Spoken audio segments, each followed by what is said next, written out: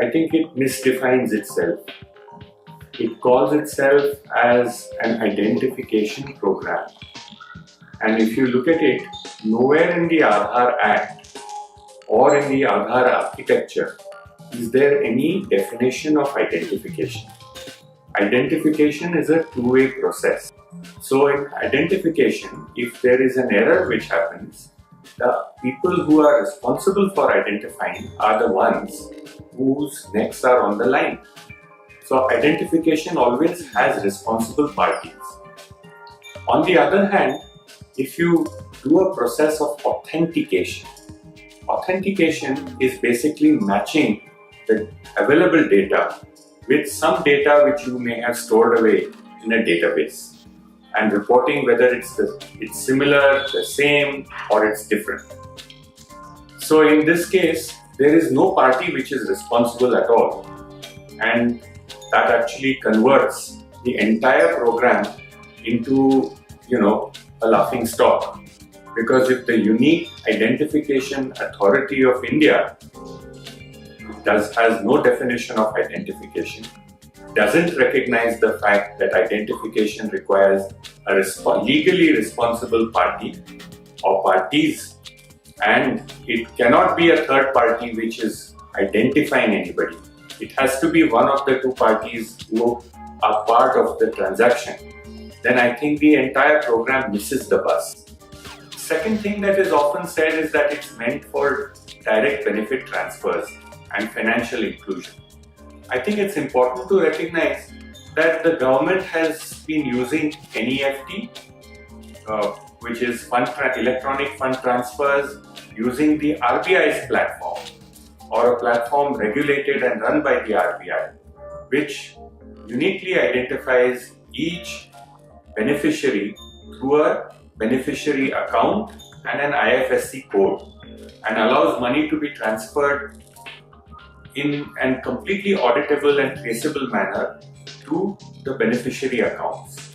These beneficiary accounts were created by a very well-established practice of KYC regulated by the Reserve Bank of India ever since the banking system came to existence in India.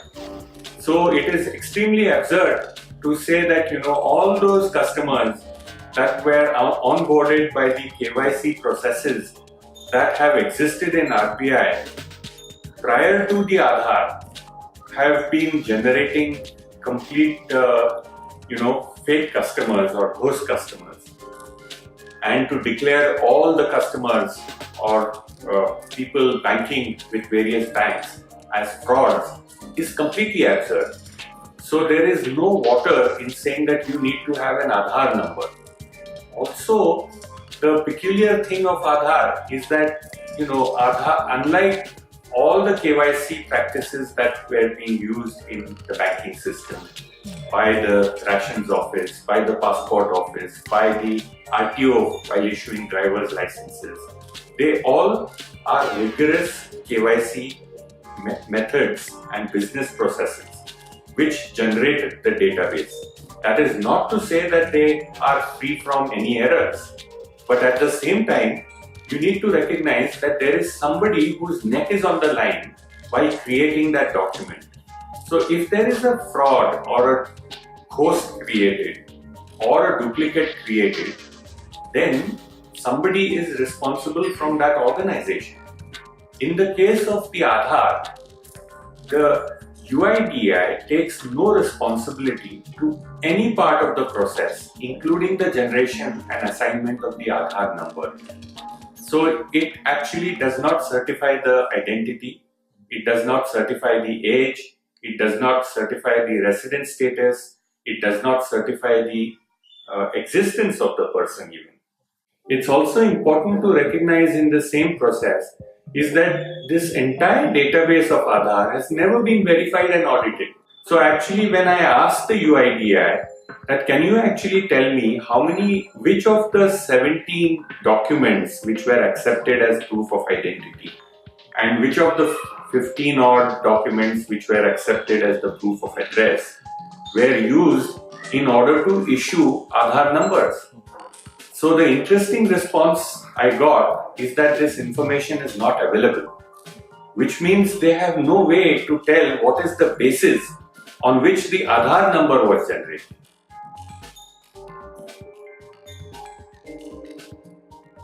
Also, if you were to draw a parallel between the Aadhaar and the National ID program of the United Kingdom, you will recognize the fact that just about the time that India was announcing the Aadhaar program, the UK was busy scrapping the National ID program and in fact bringing about an act to mandate that this National ID would be illegal and to shred the hard disks which contain the data and destroy all the copies of the data wherever they may be. So if you ask the question, why did they do that? So I think the answer lies in something that David Cameron said before he became Prime Minister when asked about the National ID program.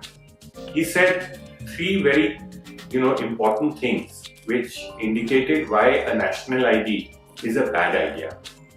So the very first thing he said is that if you have an ID which changes the relationship of the citizen and the state so that the citizen now becomes a servant or a slave to the state and his citizenship is subject to this number or this identity, then there is something seriously wrong about the kind of government that we are creating and the kind of citizen-state relationship that we are creating.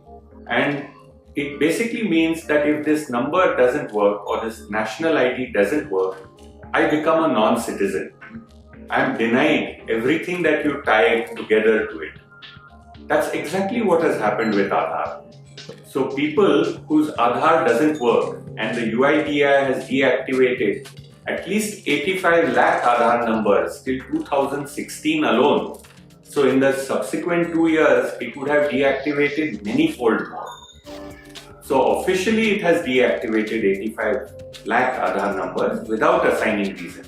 And the Aadhaar Act allows them to do so.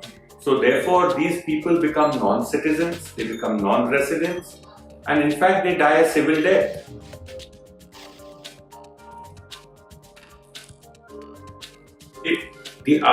Since people use the photocopy most of the times in order to, as a proof of identity during a transaction, people can be issued mobile phones. Mobile phones can be linked with this Aadhaar. Bank accounts can be linked with this Aadhaar. So, or new bank accounts can be opened. And this is something which could never have happened and does not happen in this kind of an easy fashion with non-Aadhaar IDs because an identification process exists. The Aadhaar number has knocked off identification process. It has simply said that your Aadhaar number will be authenticated. However, the UIDAI disclaims any responsibility to the use and the users of Aadhaar. Anybody can use the Aadhaar and decide how they are using it. And that anybody who uses the Aadhaar can disclaim responsibility of identification by saying under the Aadhaar Act, under section 4.3, we are simply using this as a proof of identity.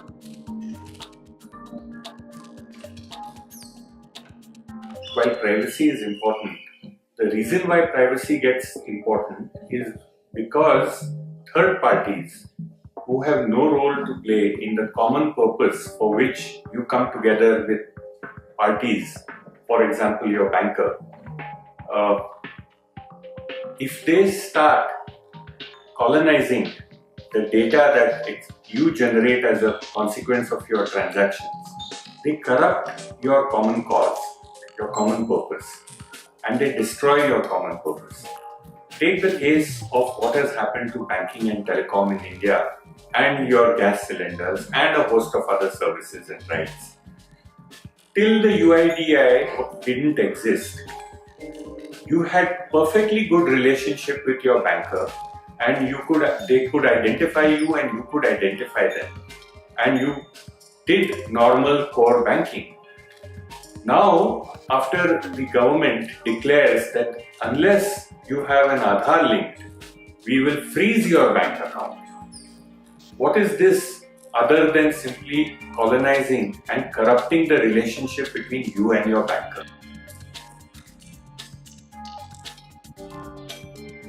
I think it is the responsibility of firstly the government to advertise widely that Aadhaar is not mandatory.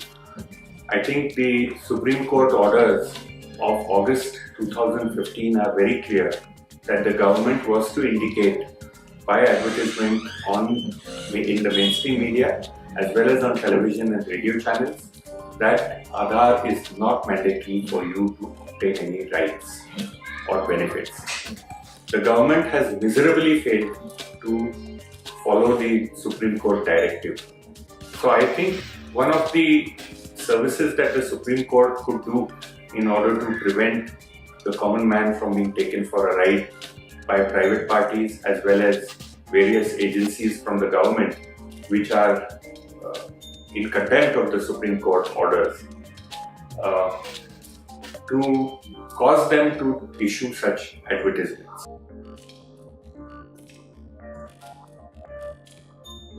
A number of things. Firstly, the social security number has at least one fraud every 3 seconds. Something like over $20 billion were paid out in fake IRS claims in just 2017 alone.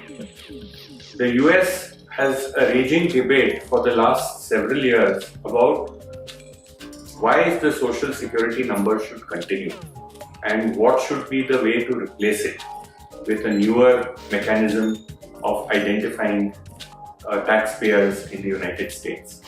Also, it serves a very limited purpose of filing returns and interacting with the Social Security Department. By law, you are not entitled or required to give your Social Security number to anybody else. And if they ask for it, you can refuse it. By giving that number, you are risking yourself to identity theft and fraud. So this is the fact about the Social Security number. So if this is what anybody in the Indian government sees as an example to emulate, I'm sorry, but the Social Security number is obsolete, and anything built on the basis of the Social Security number is also obsolete. The second point about sharing information with Facebook and Google and whatever other internet services that you may access, I think we need to recognize that it is a willful choice that you make, and you also retain the right to delete the account. Also, by this service, stopping to work is not going to bring your life to a grinding halt. You will not die a civil death, as in the case of the Aadhaar.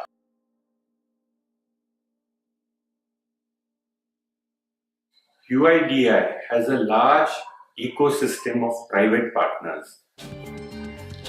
So really speaking, much of this program is not run by the government, but it's rather run by an unidentified amorphous entity called as the ecosystem of UIDI. Part of this is a group of volunteers called as iSpirit. So somewhere during this program, the iSpirit folks actually created a program called Sudham, or a project called Sudham. And this project actually identified a group of people whose stand on Aadhaar they saw as threatening to their private interests, to the interests of the startups and businesses that they were invested in. And therefore, they decided to actually troll these people online. I was one of the persons who was trolled by this Sudham program online.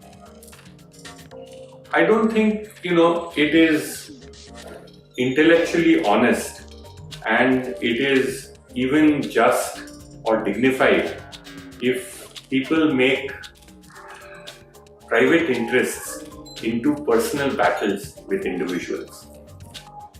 All the questions that I have raised on Aadhaar have been about national interest and about public interest. And I do not think I have ever talked about Aadhaar in respect to any person or made any personal attacks on anybody relating to Aadhaar.